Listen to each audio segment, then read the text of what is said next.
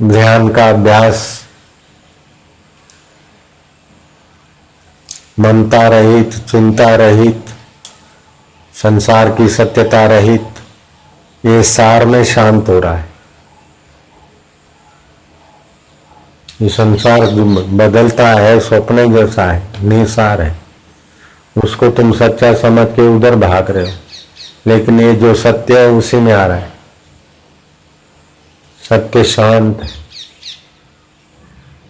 निसंकल्प है। कितना भी तरक्की कर लो, धन की दौलत की, आखिर मजूरी है। कितना भी शरीर मोटा बना दो, आखिर मरना। सार में आ रहा है, तुम असार में जा रहे हो।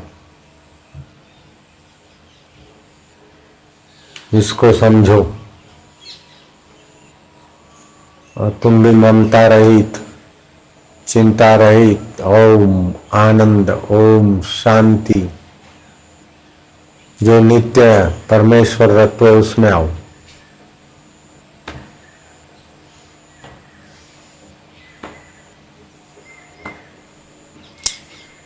नहीं तो क्या है कि बेटा दारू पीता है, उसका भी दुख होगा, तबीयत खराब रहती है, उसका भी दुख रहेगा। चिल्ला से आते इतना परिश्रम, लेकिन बापूजी आप साथ में हो, कभी कभी 20 रुपया किराया होता है, पैदल चले जाते। अभी चीला कितना दूर है, बाप रे, यहाँ से घूम के गंगा पार करके उधर मायापुर से 8 किलोमीटर है, यहाँ से मायापुर 6 है। मायापुर पुल 6 किलोमीटर, दूसरी पुल से भी जाते होंगे तब 10-12 किलोमीटर होता होगा कुल मिला।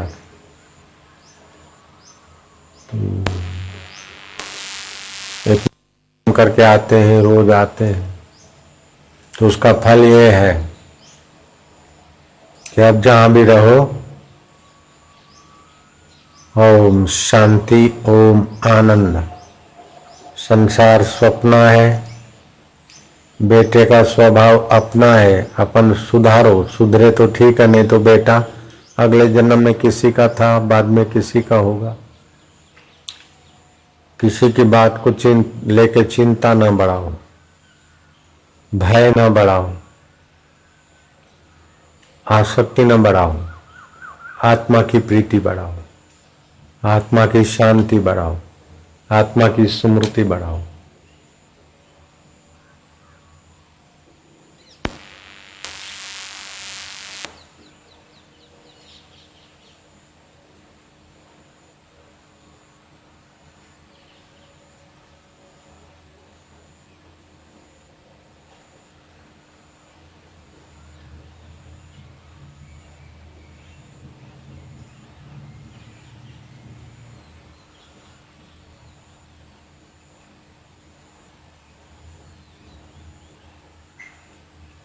नारायण नारायण।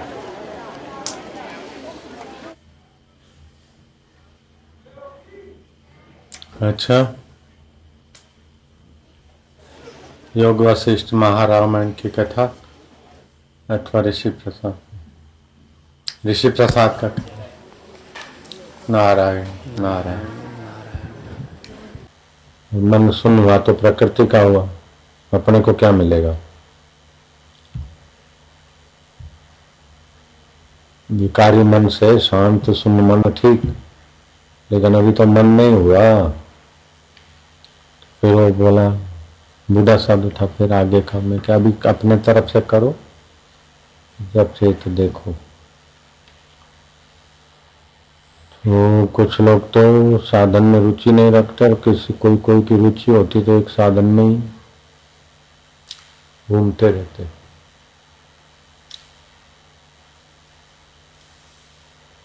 रटने वाले तो रटते रहते, सोम सोम सोम सोम सोम सोम। वो बात करे तो भी उसका सोम सोम हो जाए, ऐसा था। बड़ा भाव से दंडवत भी किया। बूढ़े साधु थे,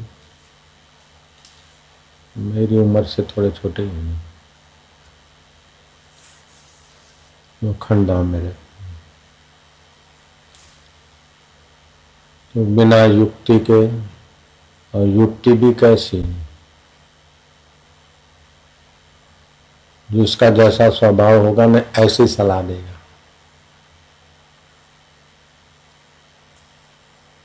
त्याग होगा तो त्याग की सलाह देगा, शैव होगा तो शिव भक्ति की सलाह देगा, वैष्णव हो तो वैष्णव की सलाह देगा। कोई भी सलाह या उपदेश देगा तो अपने स्वभाव के अनुसार दे, तो फिर उसमें नहीं, वैदिक ढंग से होना चाहिए, व्यक्ति का स्वभाव नहीं। गीता, रामायण, उपनिषद और वेद सब का सार तत्व के अनुरूप हो, और फिर अपन ऐसा स्वीकार करो तो आसानी से ईश्वर प्राप्त, आसानी से। गीता कहती वासुदेव सर्वमिति, सर्वत्र भगवान है।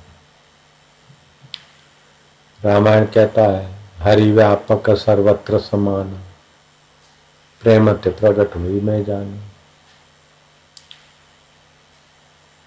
वेद कहता है सर्वम खलविदम ब्रह्म, सचमुच सर्वत्र ब्रह्म परमात्मा में।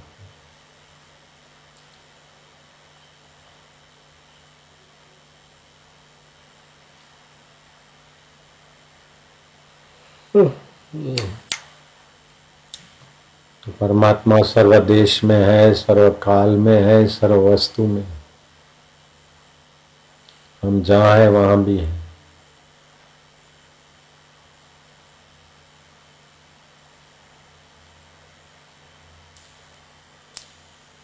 इस प्रकार की साधना कर ले, इस प्रकार का चिंतन करते करते भगवताकार वृत्ति हो जाए, ब्रह्माकार वृत्ति हो जाए। आसान तरीका, मन को सुन्न करो, रटो, ठीक है। आप अपनी जगह पे कोई करते तो हम उसको नहीं रोकते, लेकिन कोई हमसे पूछे तेजी से जाना है तो हम बताए, बिना पूछे हम क्यों बताएं। शीघ्र ईश्वर प्राप्ति का उपाय।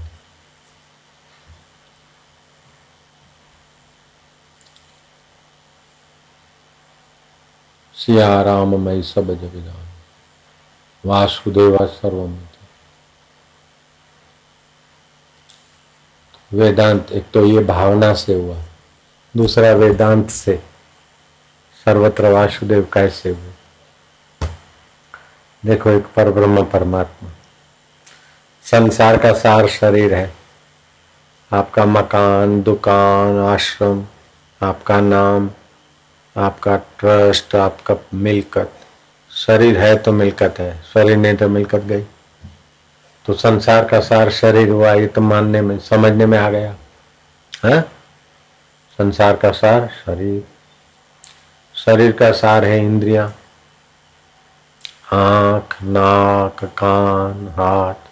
इंद्रियां नहीं अंदर काम करे तो शरीर किस काम का।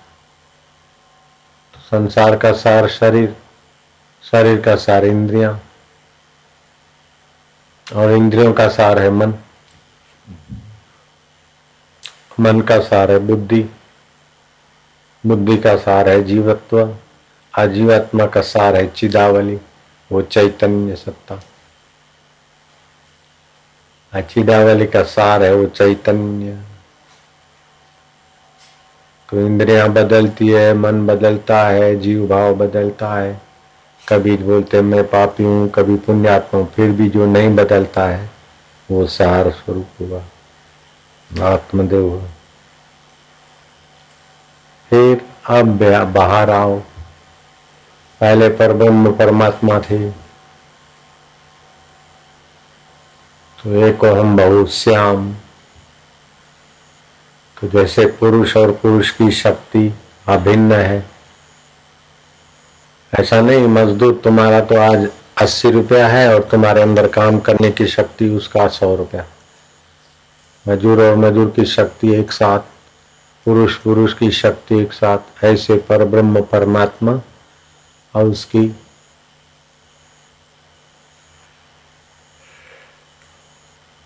शक्ति प्रकृति,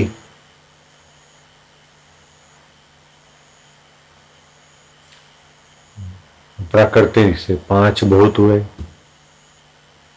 तो परमात्मा की शक्ति, परमात्मा की सत्ता, प्रकृति परमात्मामय हुई, उसके 5 भूत भी परमात्मामय हुए। जैसे पानी में कोई राग द्वेष नहीं है, आकाश में राग द्वेष नहीं है, वायु में भी राग द्वेष नहीं है, है क्या?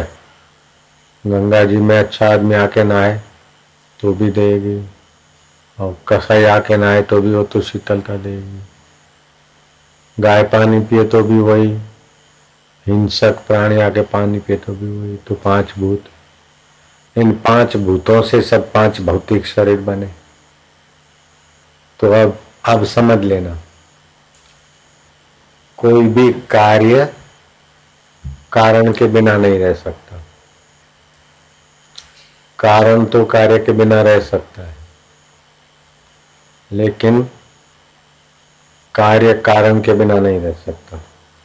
जैसे ये सूती तौलिया है, तो इसमें से सूत निकाल दे तो तौलिया नहीं रहेगा, सूत रहेगा। और सूत में से रुई निकाल दे तो रुई रहेगी, सूत नहीं रहेगा, है? और रुई में से पृथ्वी जल तेज वायु तत्व निकाल दे तो तत्व रहेंगे, रुई नहीं रहेगी। और तत्वों में से प्रकृति निकाल दे तो प्रकृति रहेगी, तत्व नहीं रहेंगे। अब प्रकृति में से परम चेतना निकाल दे तो परमात्मा ही रह जाएगा प्रकृति। तो सबका कारण परमात्मा है। जैसे पृथ्वी पर जो भी पेड़ है, सबका मूल क्या है, कारण क्या है? पृथ्वी। चाहे पेड़ कैसे भी हो,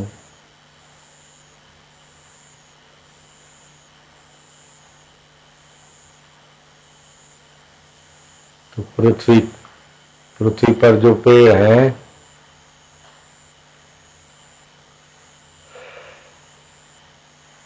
उनका कारण पृथ्वी जल तेज वायु आकाश है। अलग अलग दिखते हैं, अलग अलग इलाके के, अलग अलग जाति के, लेकिन है उसमें 5 तत्व ही। तो पेड़ में भी 5 तत्व, हमारे शरीर में भी 5 तत्व, जिसकी सत्ता से मेरी आंख देखती है, उसी सत्ता से गाय की आंख देखती है। तो देखने की सत्ता भी चेतन की एक। तो ये पंच भौतिक शरीर, तो हम तो बोलते चालते खाते पीते हैं, हम स्वतंत्र हैं। 10 पेड़ काट दें, 100 पेड़ जला दें, पेड़ हमको कुछ नहीं कर सकते, हम पेड़ों को कर सकते। तो जब सब परमात्मा है तो पेड़ों में ऐसी शक्ति नहीं, हमारे में ऐसी शक्ति। तो अब फिर आओ सूक्ष्म में। तो परमात्मा सत्ता की कलाएं होती, जैसे पत्थर है उसमें होना पना, ये परमात्मा की एक कला विकसित है। लेकिन पेड़ है तो उसमें 2 कला विकसित है, एक तो होना पना, दूसरा भोजन लेना पना। जीव जंतु में 3 कला विकसित है, भोजन भी लेता है और जगह भी बदलता है। पेड़ जगह नहीं बदल सकता। जीव जंतुओं से भी पक्षियों में 4 कला है, वो अपने अपने घोंसले